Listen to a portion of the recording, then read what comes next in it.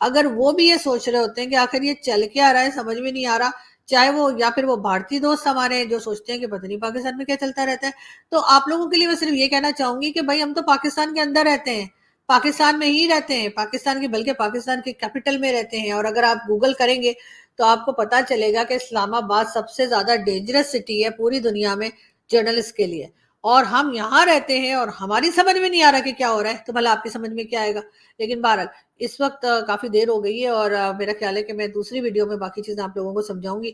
فی الحال کے لیے اتنا ہی, یہاں سے میں چلتی ہوں, لیکن جاتے جاتے آپ لوگوں سے ریکویسٹ ہے کہ پلیز چینل کو سبسکرائب کرنا نہ بھولیے گا, ویڈیو کو شیئر کرنا نہ بھولیے گا, بیل آئیکن کو بھی کلک کر دیے گا, اور کیونکہ ظاہر ہے جیسی ویڈیو آئے گی آپ کو نوٹیفیکیشن آ جائے گا. یہ سارے کام کر لیے گا, اور میں اتنی دیر میں جا کے ذرا پکوڑوں کے لیے جو ہے نا تھوڑا بیسن تیار کر لیتی ہوں. ویسے تو مجھے پتا ہے ابھی رمضان میں ٹائم ہے, میرے خیال ہے 11 یا 12 مارچ کو ہے, لیکن تھوڑے تھوڑے پکوڑے میں نے ابھی بھی بنانے شروع کر دیے, تھوڑی پریکٹس ہو جاتی ہے. خیر ہم ملتے ہیں بہت جلد دوسری ویڈیو میں, اور آپ اپنا بہت سارا خیال رکھیے گا, ہنستے رہیے, مسکراتے رہیے, اور ہمارے چینل کو سبسکرائب کرنا نہ بھولیں. Thank you.